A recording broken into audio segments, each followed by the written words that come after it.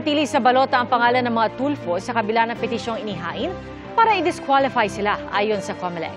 Sinagot naman ng mga Tulfo ang isyung political dynasty umano sila gaya ng binabanggit sa petisyon.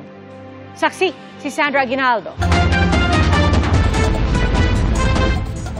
Pangako ng COMELEC, tatapusin nila ang lahat ng disqualification petitions na nakabinbin sa kanila bago ang eleksyon sa May 12. Kasama rito ang petisyong ma-disqualify ang 5 magkakaanak na Tulfo na tumatakbo sa eleksyon 2025.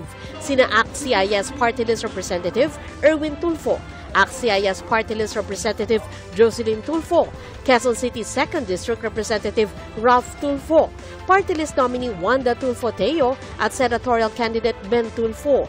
Sa petisyong inihain ng retired AFP General na si Attorney Virgilio Garcia, 2 ang inilatag na grounds o basihan. Partikular na binanggit ang Section 26, Article 2 ng 1987 Constitution kung saan pinagbabawal ang political dynasties batay sa depinisyong itatakda ng batas. Pero wala pang batas na nagtatakda ng depinisyon, bagay na ipinunto ni Congressman Erwin Tulfo. Kailangan pong mayroong batas. Unfortunately, hindi pa po kumikilos ang Kongreso at saka Senado.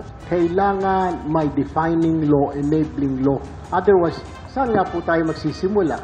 Halos ganyan din ang sagot ni Ben Tulfo kahit pa kontra din anya siya sa political dynasty. Hanggat walang malinaw na batas, enabling law, sino mag-i-implement niyan?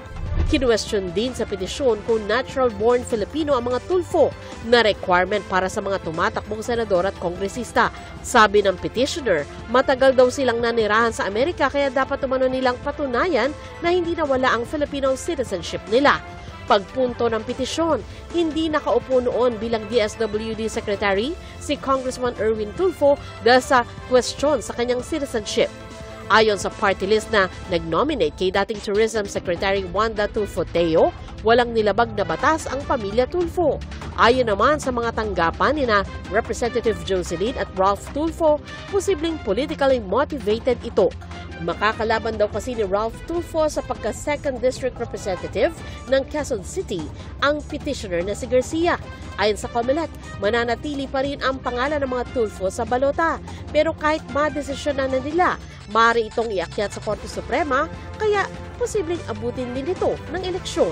Kung sakasakali po na hindi madesisyonan on time ang kanilang kaso at sakali pong sila ay mahalal o kaya naman meron ng proklamasyon at pagkatapos meron pang assumption at nakapanumpa na, ay wala po tayong magagawa po hindi i-dismiss ang kaso sapagkat mawawalan po ng jurisdiction ang COMELEC. Ay ang jurisdiction po ay mapupunta na sa Senate Electoral Tribunal kapag ang posisyon ay senador at House of Representatives Electoral Tribunal kapag ang posisyon naman ay congressman. Para sa GMA Integrated News, ako si Sandra Aguinaldo, ang inyong saksi.